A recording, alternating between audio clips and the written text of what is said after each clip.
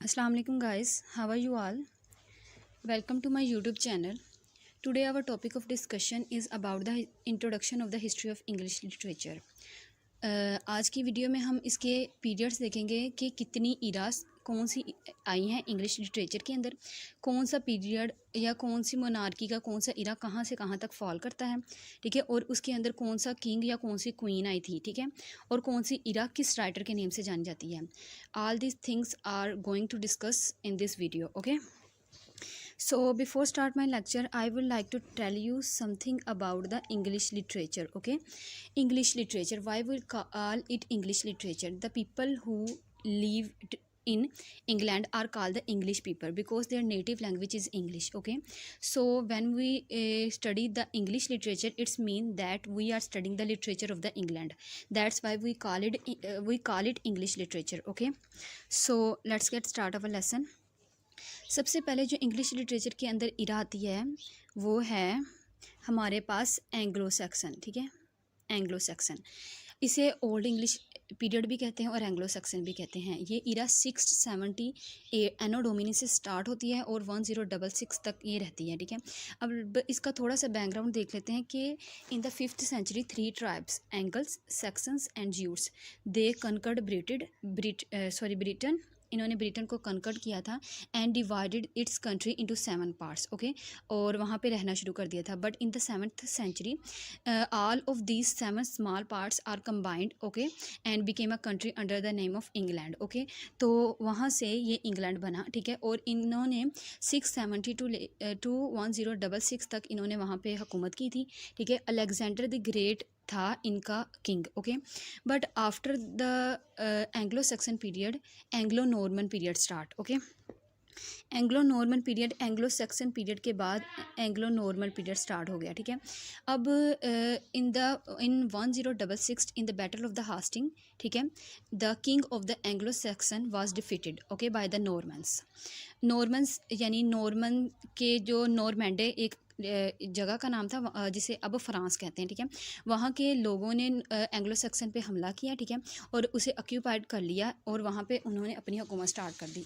ठीक है, और इन्होंने जो हुकूमत की 1066 से लेके 1500 तक इनका इरा रहा और इसलिए इसे मीडिएवल इरा इंग्लिश पीरियड भी कहते हैं. ठीक है, और इसके अंदर बहुत ज़्यादा प्रोमिनेंट राइटर हमारे पास आता है Geoffrey Chaucer, who was too much famous for his art of characterization is in his most famous work Canterbury tales.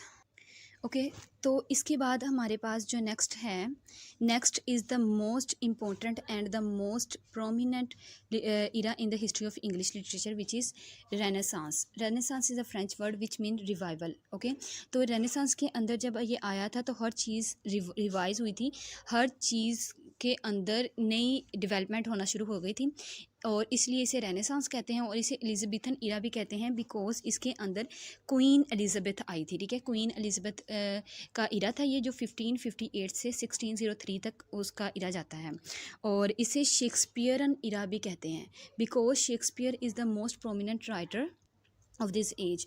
He made a lot of contribution in English dramas और ये era अपने English dramas में theatre में different types of drama की performance के लिए बहुत ज़्यादा फेमस है. ठीक है, और फिर नेक्स्ट जो हमारे पास आती है वो है प्योरिटन एज. जो प्योरिटन एज है उसे हम एज ऑफ मिल्टन भी कहते हैं because as I told you that कुछ एज अपने राइटर के नाम से भी जानी जाती है और इसे एज ऑफ मिल्टन भी कहते हैं बिकॉज मिल्टन ने बहुत ज़्यादा कंट्रीब्यूशन दी थी प्योरिटन एज में. और इसके अलावा इस एज के अंदर प्योरिटन्स भी आए थे और कुछ क्लैश आ गया था, रिलीजन क्लैश आ गया था जिसकी वजह से प्योरिटन ने थिएटर को क्लोज कर दिया था for the 18th century. So this era is also called the Puritan Ira.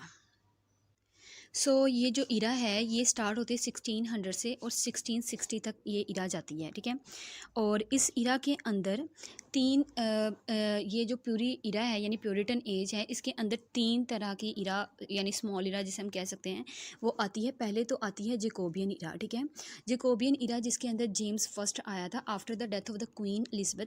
James first started ruling in the England. Okay, और तो जेम्स फर्स्ट आया था उसका जो टाइम स्पैन था वो 1603 टू 1625 था. ठीक है, और फिर उसके बाद आता है हमारे पास कैरोलाइन इरा. ठीक है।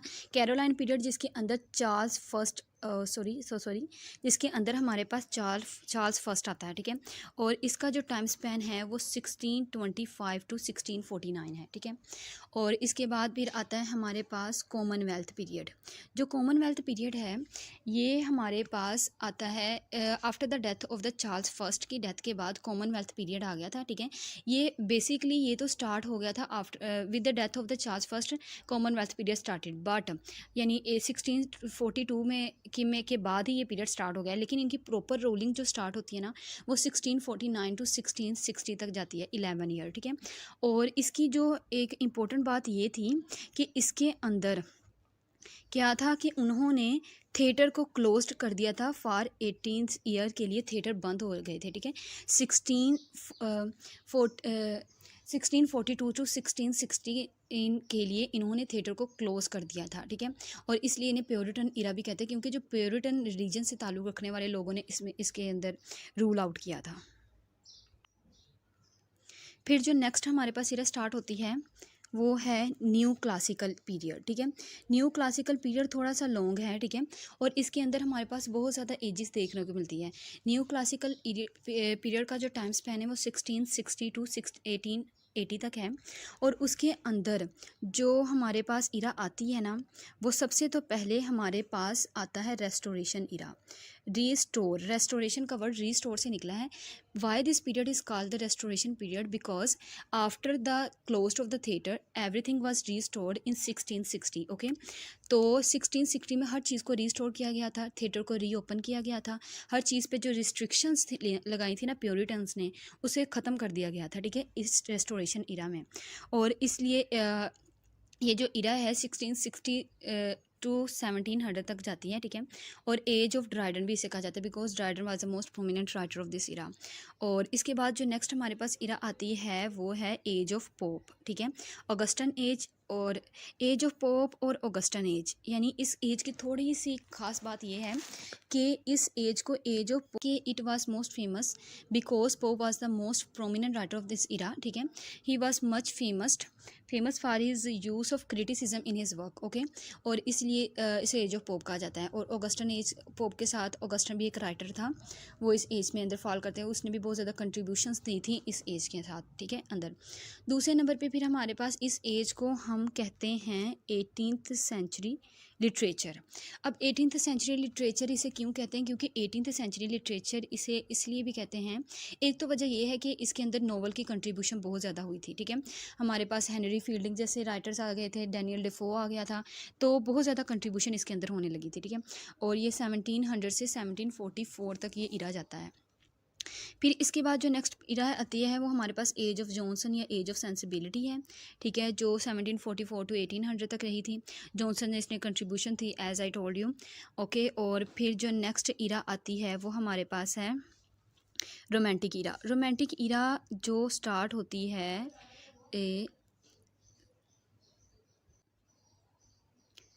फिर जो नेक्स्ट हमारे पास आती है वो है रोमांटिक इरा, ठीक है।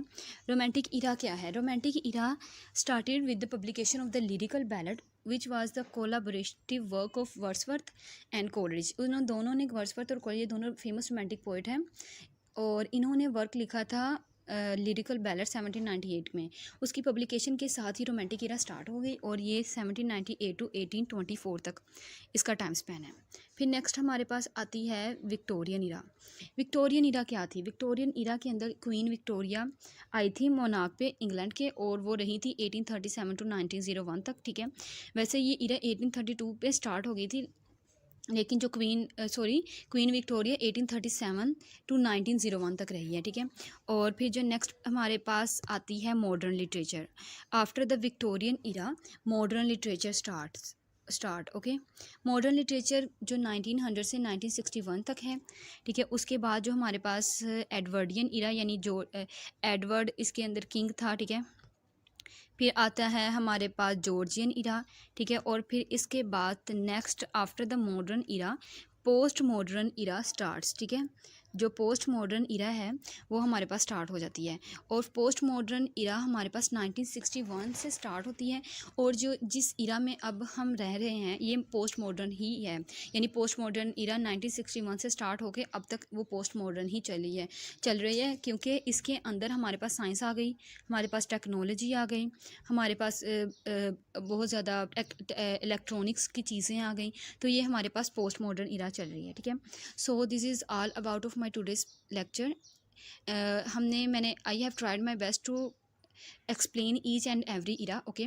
तो ये एक ब्रीफ इंट्रोडक्शन था। We will further discuss it detail line by line of each era. So if you have any query, you can ask me freely. Allah Hafiz.